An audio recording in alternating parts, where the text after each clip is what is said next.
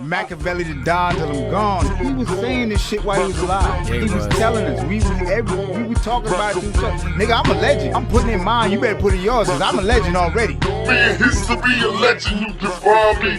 John Makaveli being. Did you first hook up with Tupac? That was 6 years ago. That was in 90, was it 1? Was it 92?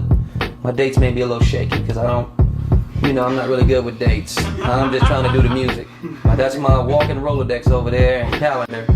But yeah, man, it went down in 92. How did that come about? That happened through my homie Big Syke. I was working on Big Syke's album, which was called Evil Mind, which was an underground album that he was doing at the time.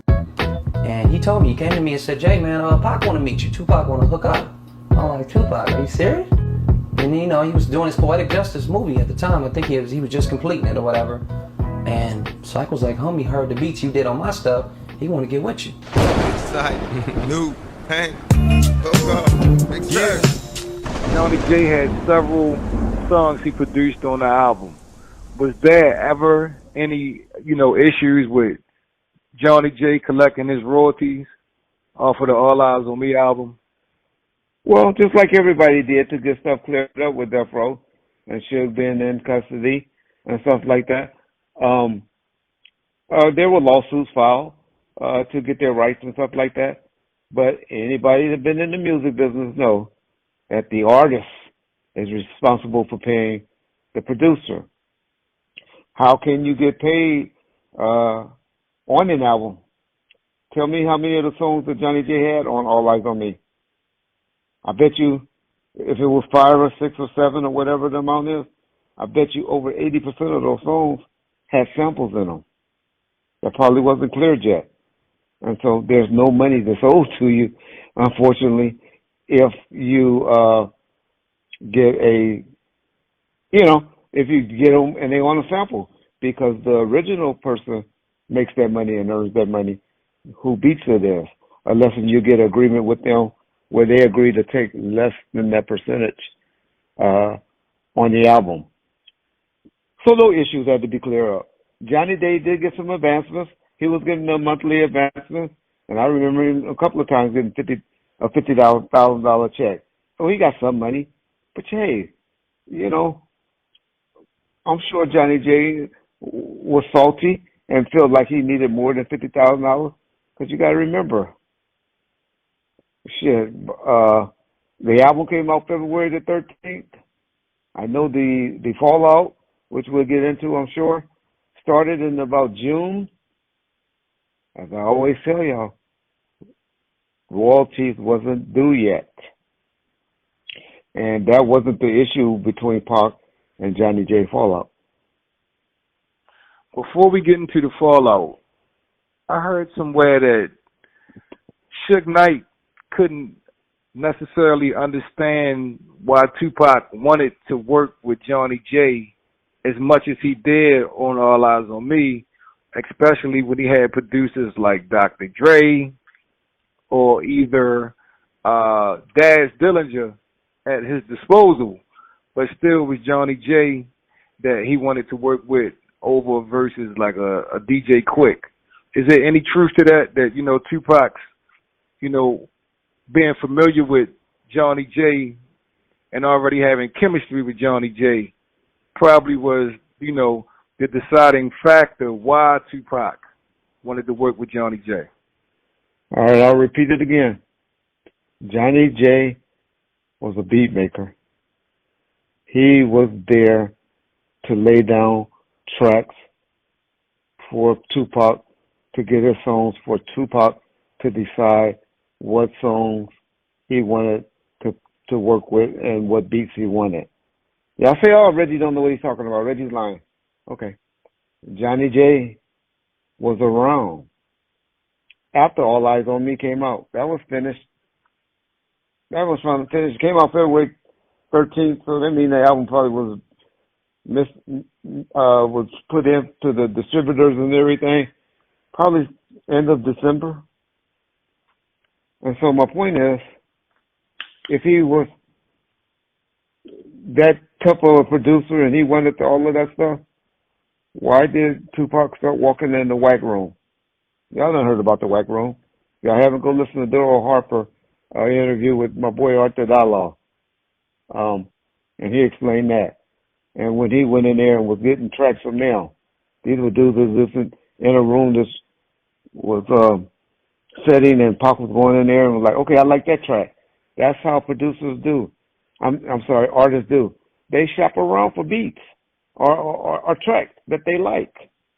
So no, Suge didn't have no problem with Tupac working with Johnnyj. He just wanted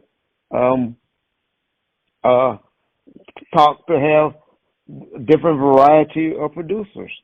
And that's why Pac, he came to Death Row and wanted to be with Death Row. That's why he's so pissed at Dr. Dre. Because once he came around Death Row, he saw how much Dre wasn't around and how Dre was lazy. And that's when he saw that everybody around there was kind of like in a relaxed mode, not as hungry as he was. So Right. That would I be was the ready issue. to go. Yeah. So let's get into this fallout. I'll let you go into that. I'll let you describe exactly what you meant by a fallout between Tupac and Johnnyj. All right. Johnnyj hadn't been around since about June. Now, the reason for the fallout was because there's a term out there called "don't fatten the frog to feed the snakes." Tupac was trying to create this big production company or this record label, and he was trying to teach Suge the movie game side of the business. Suge was trying to teach him the music side of the game on the business tip. And Suge was getting popped. That's why the Outlaws was never signed to Death Row. That's why Big Syke was never signed to Death Row. That's why Nutso and all of them tell you how they were going to sign to Makaveli Records. And so Tupac was trying to get Johnnyj to sign to him as a producer to Makaveli Records and give him some of the publishing, which most people do. The only person that never really did that, and he bragged about that in y'all era. When I'm saying that, I'm talking about the people, in the music that started listening to the business and partying like that, as in the 2000s, was Drake. You remember when Drake used to always brag how he had all of this and he was big hype and he didn't have any publishing deal and stuff like that yet? Right. It's not too many artists could say that, but Drake was one. And that's why Drake does so well and he's so well off, is because he had people willing and wanting to be in business with him, even though that they didn't have any publishing on him. But back in the mid-90s, people wanted a piece of your publishing. If I'm going to blow you up and let you be on my record, y'all see where it say, co-written by Beyonce, co-produced by Beyonce, co-produced by this person, co-produced by that person. Right. The publishing is everything. Right. That's everything to a record. But if I'm going to put you on my album and let you blow up off this and I already got this big name, you're going to let me get some of that writer credits. Y'all can see what y'all want back there in the back and all of that. That's just how the game was. That's how our boy, my boy, Pac was thinking. And Johnnyj didn't want to give that up. And they were disputing it. And not saying that they wouldn't have worked it out. But from June, July, August, September, they hadn't worked it out yet. And that's why Johnnyj wasn't around whenever he left. Right, he wasn't on the Makaveli album. Did he record any tracks that were supposed to go on Makaveli? Do you know anything about that? No, because Pac put that album together before he passed away and had it. That's why the verse that Nas didn't get out. It should have. He was going to take it out, but he had pretty much did the lineup, wrote it, and decided this is his final touch on the album. And Johnnyj, if he did, I don't know. I'm not a historian on music like that. If he got any tracks on there, it wasn't like you would have thought Johnnyj would have had. But yeah, we later put out songs with Johnnyj, Friends, and stuff like that we use. There you go. There's another one. That's a sample song. But so Johnnyj did put out songs and stuff later that was in the vault that we had. But like I try to tell everybody and try to tell y'all, the stuff that wasn't on All Eyes on Me and Makaveli that eventually came out, that was Pac's studio garbage that we've been pushing on y'all. Those last 4 albums was stuff that Pac wanted to still do some more work on and really wasn't his finished touches in his mind. Yeah. So Reg, did you know what do you know about the Big Syke and Tupac fallout? I mean, is there any truth to that? You hear rumors. You know, I heard Frank Alexander say that, you know, Syke tried to go behind Tupac's back and get a deal with Suge after Tupac told Syke to hold tight. I mean, what do you know personally took place between Tupac and Big Syke? That's the one thing I gotta agree with the other suicidal person. That's accurate. Yeah, that's what happened. Big Syke was like, you know, man, and I get it, man. Big Syke was on a few of Pac's songs. He was with Pac every day from the day he came to Death Row as being a rap artist and slash homeboy security. And he was with Pac every day. And, you know, when you come home telling your wife or your girl asking you for money and you ain't able to do things and you see Pac doing all of this stuff and you like right there with him and, you know, you on all of these songs and they're hearing you on the radio and stuff, human nature kind of kicks in.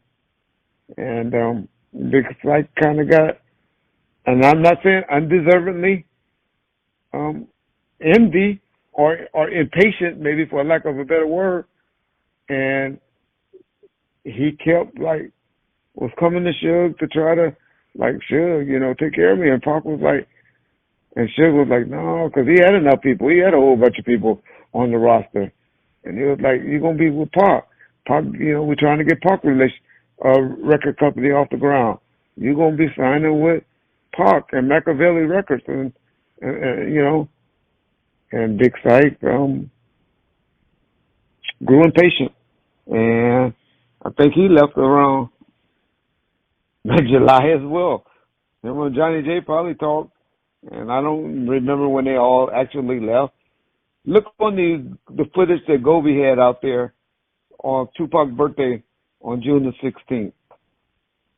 And if you see Big Syke in that picture, then he was there up until June 16th.